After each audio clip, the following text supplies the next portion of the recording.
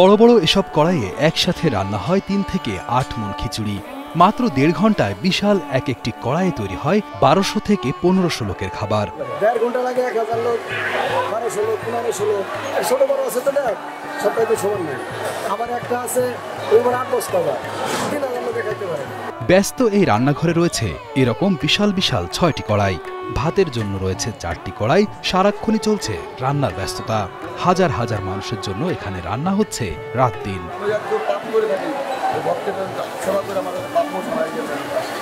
ফরিদপুরের শ্রীধাম শ্রী অঙ্গন হিন্দু সম্প্রদায়ের একটি মহাপবিত্র ধর্মীয় স্থান। ১৮৯৯ সালে জগবন্ধু শ্রী অঙ্গন প্রতিষ্ঠা করেন। এই আশ্রমটি বাংলাদেশের হিন্দু মহানাম সম্প্রদায়ের মূল কেন্দ্র হিসেবে পরিচিত। এই আশ্রমটিতে প্রতি বছর জন্মাষ্টমী খুব জাঁকজমকের সাথে পালন করা হয়। এখানে একটি রথযাত্রা উৎসবেরও আয়োজন করা হয়। ৯ দিন ব্যাপী এই আয়োজন শুরু হয়েছে ১৬ই মে এবং শেষ হবে ২৪ মে।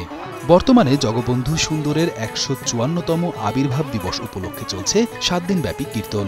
সেই উপলক্ষে দেশ বিদেশ থেকে প্রতিদিনই আসছেন লাখ লাখ ভক্তবৃন্দ।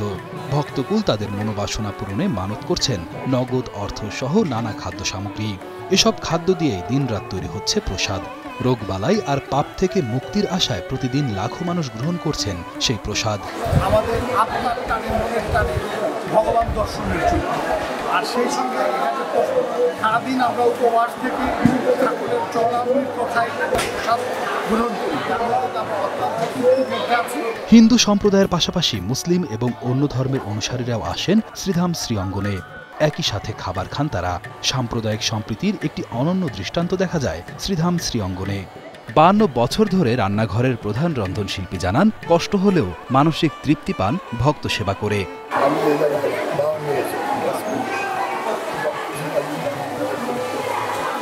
বাংলা ১৩০৬ সালের আষাঢ় মাসে রথযাত্রা উৎসবের সময় জগবন্ধু সুন্দর এই অঙ্গনটি প্রতিষ্ঠা করেন।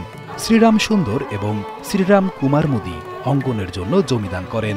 একটি সুন্দর শান্তিময় দেশ কামনা করে এই কর্মযজ্ঞ শেষ হবে। শ্রীধাম শ্রী অঙ্গনের সাধারণ সম্পাদক নিকুঞ্জ বন্ধু ব্রহ্মচারী জানান, ফরিদপুরবাসী ও আশেপাশের মানুষের দানে চলে প্রসাদের কাজ। তাদের উদ্দেশ্য শুধুমাত্র জগবন্ধুর সাধনা করা। জয় জগবন্ধু হরি। এই শ্রীধাম শ্রী অঙ্গন সনাতনী তথা সমগ্র বিশ্ববাসীর কাছে অত্যন্ত নন্দিত একটি ধর্মীয় প্রতিষ্ঠান।